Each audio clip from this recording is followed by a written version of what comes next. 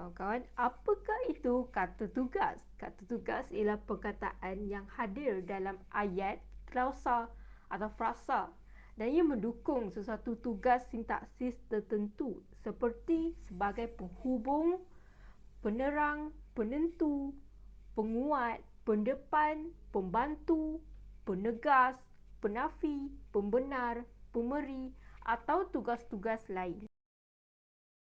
Seterusnya, ciri-ciri kata tugas. Ciri-ciri ini ada 4. Yang pertama, kata tugas ini tidak boleh berfungsi sebagai unsur inti bagi frasa. Maksudnya dia tidak boleh berdiri sendiri.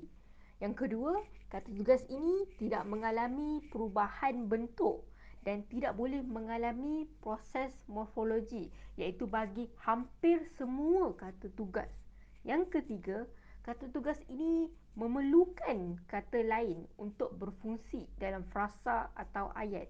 Yang terakhir, kata tugas ini merupakan kelas kata yang tertutup. Maksudnya, pembentukan dan penggunaannya terhad serta tiada peminjaman asing. Golongan kata tugas ini terbahagi kepada 4. Pertama, kita ada kata penyambung ayat, kata praklausa, kata prafrasa dan pasca frasa, dan yang terakhir kata pasca kata. Di bahagian ini saya akan menerangkan kata penyambung ayat dan kata praklausa. Okey, yang pertama, kata penyambung ayat. Kata penyambung ayat ni ialah kata hubung, iaitu perkataan yang bertugas menghubungkan dua ayat atau lebih bagi membentuk ayat majmuk. Kata hubung gabungan ni ialah kata hubung yang menghubungkan dua ayat atau lebih yang sama taraf sifatnya, iaitu masing-masing ayat dapat berdiri sendiri. Contoh kita ada dan, atau, tetapi, serta, lalu, malahan, sambil, kemudian. Contoh dalam ayat yang pertama, dia amat suka akan sukan bola sepak, tetapi telah dimasukkan dalam sukan badminton. Di situ kita menggunakan kata hubung gabungan tetapi. Contoh ayat kedua, mereka ke makmal sains lalu mendapat penjelasan tentang ujian yang akan dijalankan. Di situ kita menggunakan perkataan lalu. Seterusnya kita fokus kepada kata hubung pancangan. Okay, apa kata hubung pancangan ni? Ialah kata hubung yang menghubungkan ayat klausa tak setara. Maksudnya ayat yang memancangkan atau memasukkan klausa kecil ke dalam klausa utama. Maksud klausa ialah satu subjek tabah predikat yang dapat membentuk ayat. Kata hubung pancangan ni terdiri daripada 3. Pertama, kita ada kata hubung pancangan relatif, kata hubung pancangan komplement, kata hubung pancangan keterangan. Kata hubung pancangan relatif. Dalam bahasa Melayu, hanya ada satu kata hubung pancangan relatif, iaitu yang. Contoh dalam ayat, P. Ramlee seniman agung yang sentiasa dikenang. Yang kedua, pelawat yang ingin belajar bahasa Melayu itu dari negara Turki. Kata hubung pancangan komplement. Dua kata hubung pancangan komplement yang sering digunakan dalam bahasa Melayu ialah untuk, bahawa. Contoh, mereka ke luar negara untuk menimba ilmu baharu. Contoh ayat kedua. Laporan itu menyatakan bahawa lapisan ozon semakin membimbangkan. Yang ketiga, kata hubung pancangan keterangan. Dalam bahasa Melayu, terdapat sejumlah besar kata hubung pancangan keterangan. Antaranya ialah kerana, sekiranya, kalau, jika-jikalau, agar, semoga, andai kata, hingga, meskipun, supaya, kendatipun, semasa.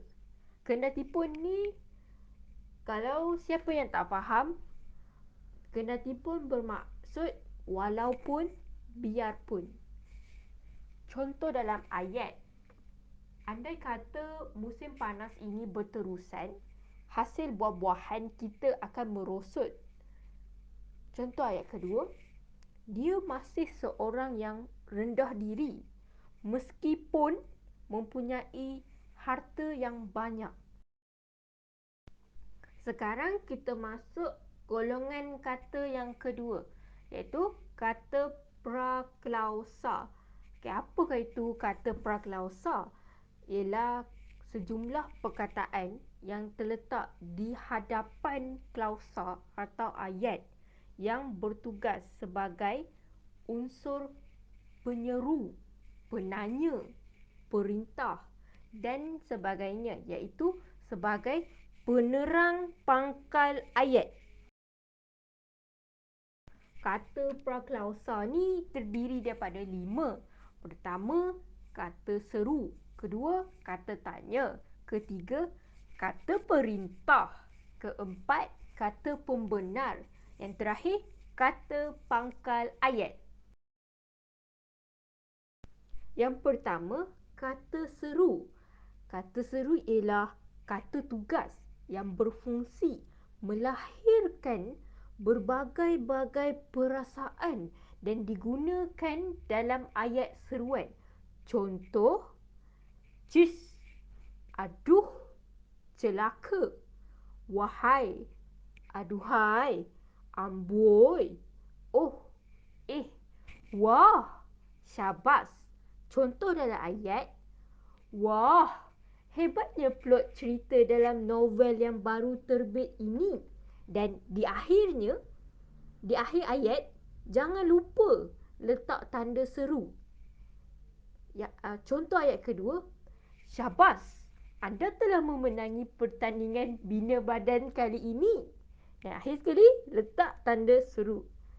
Cis, berani kamu menentang arahanku? Yang kedua, kata tanya. Kata tanya ialah kata tugas yang digunakan untuk menanyakan atau menyoalkan sesuatu. Contoh, mengapa, bila, kenapa, berapa, bagaimana, siapa. Contoh dalam ayat, bilakah mereka akan bertolak ke sana? Bilakah itu kita gunakan pada awal ayat.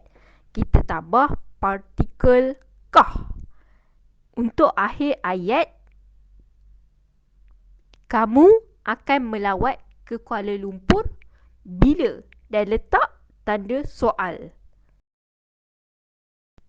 Ketiga, kata perintah.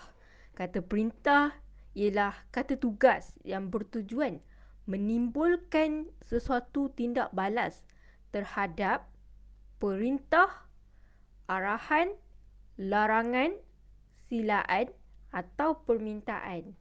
Contoh, jangan, sila, jemput, harap, usah, tak usah, minta, tolong. Contoh dalam ayat, usah dikenang lagi kisah yang pahit, iaitu ayat larangan. Sila serahkan borang permohonan tersebut ke pejabat, iaitu ayat silaan.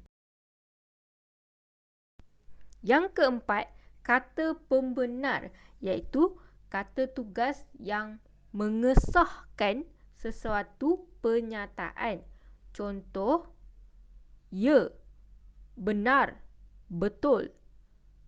Contoh dalam ayat, ya, sukan itulah kegemaran sebahagian besar pelajar kami.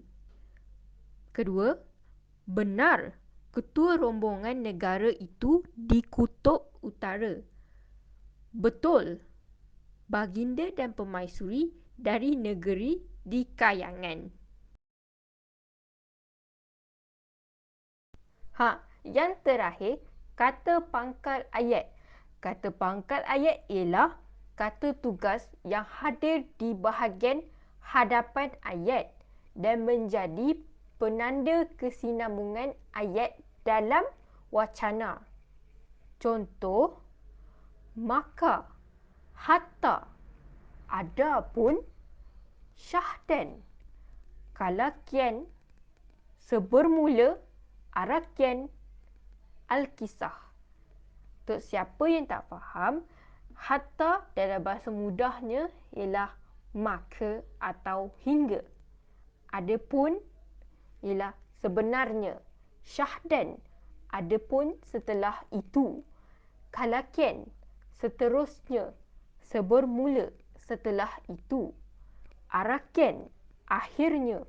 Al-kisah, kemudian cerita atau seterusnya. Contoh dalam ayat, hatta sangat sedihlah tak kala mendengar berita buruk tersebut. Syahdan, kesan taufan yang melanda negara tersebut sangat buruk.